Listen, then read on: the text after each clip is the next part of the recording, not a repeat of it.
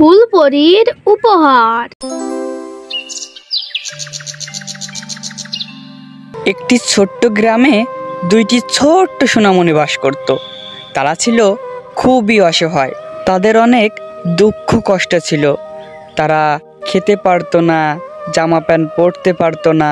চলো তাদেরকে একটু দেখে আসি।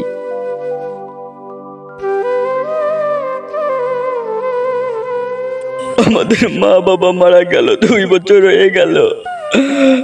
আজ আমাদের মা বাবার মৃত্যু বার্ষিকী। দাদা তুমি কেঁদো না, কেঁদো না, চলো কোথাও থেকে ঘুরে আসি। হ্যাঁ ভাই, চল তাই যাই। এই বলে সেই ছোট্ট সোনামণিরা ঘর থেকে বেরিয়ে গেল। তারপর তারা বনের দিকে রওনা হলো। একের পর এক বন জঙ্গল পাড়ি দিয়ে সে চলে গেল নতুন আরেকটি বনে। সেখানে গিয়ে তারা খুবই চমকে উঠল, কারণ তারা একটি ফুলের রাজ্যে চলে গিয়েছিল। এর আগে তারা কখনো এরকম ফুলের বাগান দেখে নাই। দাদা দাদা দেখ এখানে কত রকমের ফুল।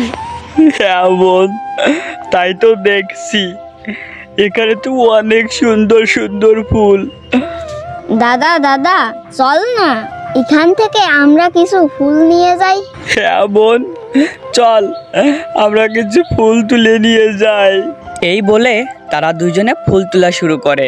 কিন্তু তারা ফুল তুলতে না তুলতেই হঠাৎ কেউ যেন ডাক দিয়ে বলে, না না, আমাকে ছিড়ো না, ছিড়ো না বলছি। পরীর কথা শুনে তারা খুবই ভয় পেল। কে কে কথা বলছো?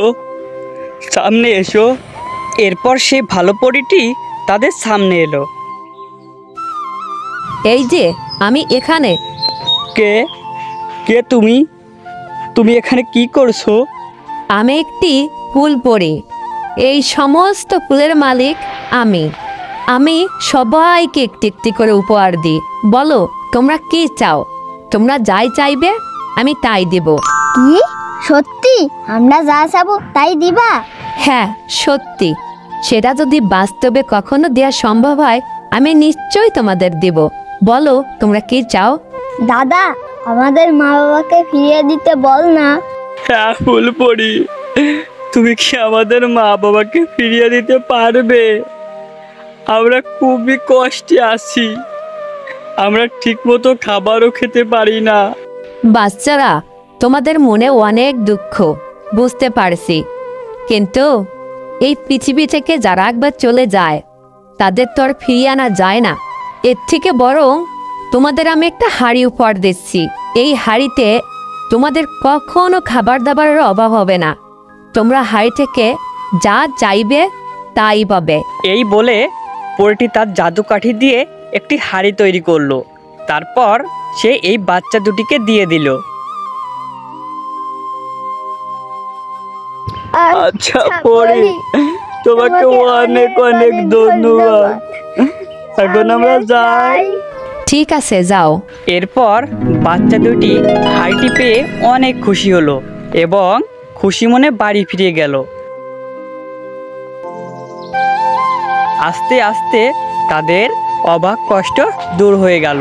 তো ছোট্ট সোনামণিরা, তোমরা যদি এই পরীর দেশে যেতে চাও তাহলে ভালো করে পড়ালেখা করো।